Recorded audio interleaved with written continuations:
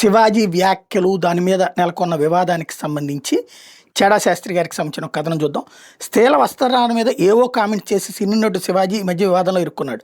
క్షమాపణ కూడా చెప్పాడు. అయినా వివాదం ఇంకా సద్దుమణగలేదు. సరే, శివాజీ ఉపయోగించిన భాష కంటే ఇంకా నీచంగా స్త్రీలను ఉద్దేశిస్తూ ఓ ప్రముఖ గాంధీవాది గతంలో తన అభిప్రాయాలను వ్యక్తపరిచారు. ఆయన ఎవరో కాదు, సాక్షాత్తు ఈ జాతికి పిత మహాత్మా ఆయన గాంధీ గారి మునిమనవుడు మరియు మహాత్మా గాంధీ ఫౌండేషన్ వ్యవస్థాపకుడు, ఉదార వ్యాధిగ్రస్తుల మద్దతుదారుడు అయినటువంటి తుషార్ గాంధీ. 1960లో పుట్టిన ఎవరి తుషార్ గాంధీ మహాత్మా గాంధీ రెండో మగబిడ్డ, మణిలాల్ గాంధీ కొడుకు అయిన అరుణ్ మణిలాల్ గాంధీ కుమారుడు. అతను మహాత్మా గాంధీ ఫౌండేషన్ని స్థాపించి గాంధీ సిద్ధాంతాలను ప్రచారం చేస్తున్నాడు.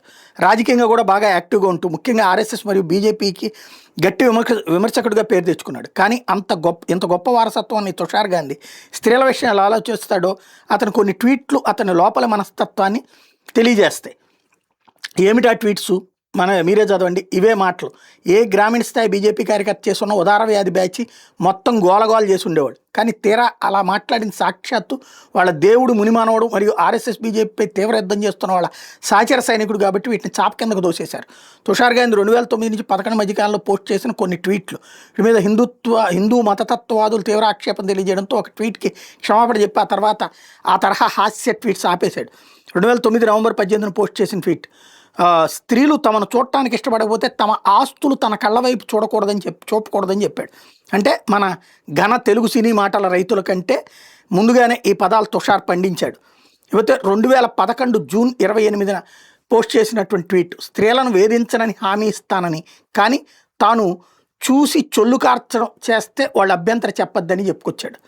అట్లాగే 2011 జూన్ 28న మరొక ట్వీట్, స్త్రీలు బట్టలు కప్పుకోమని అడగనని తాను చూసి ఆనందిస్తానని చెప్పాడు.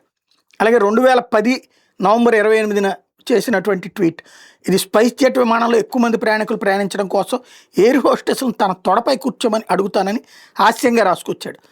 అట్లాగే జూలై 1, 2010న పెట్టినటువంటి ట్వీట్, అంటే వింబుల్డన్లో మహిళల టెన్నిస్ మ్యాచ్ చూస్తున్నప్పుడు ఆట బంతి కంటే స్త్రీల శరీర భాగాలపై దృష్టి పెడతానని చెప్పాడు. పైగా అన్ని హాస్యంగా తీసుకోవాలని అతని ఉద్దేశం.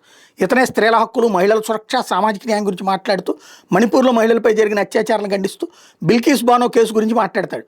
ఎప్పుడో అన్న వాటి గురించి ఇప్పుడు ఎందుకని అడిగే హక్కు లేదు. ఎందుకంటే యోగి తాను మఠాధిపతిగా ఉండగా స్త్రీలు పురుషుల రక్షణలో ఉండాలని చెప్పారు అని ఈ ఉదార వ్యాధిగ్రస్తులు ఇప్పటికే ఆయన విమర్శిస్తూ ఉంటారు. ఆవు చేలో మేస్తే దూడగట్టును మేస్తుందనే సామెత ఎందుకో గుర్తొచ్చిందని చెప్తున్నారు.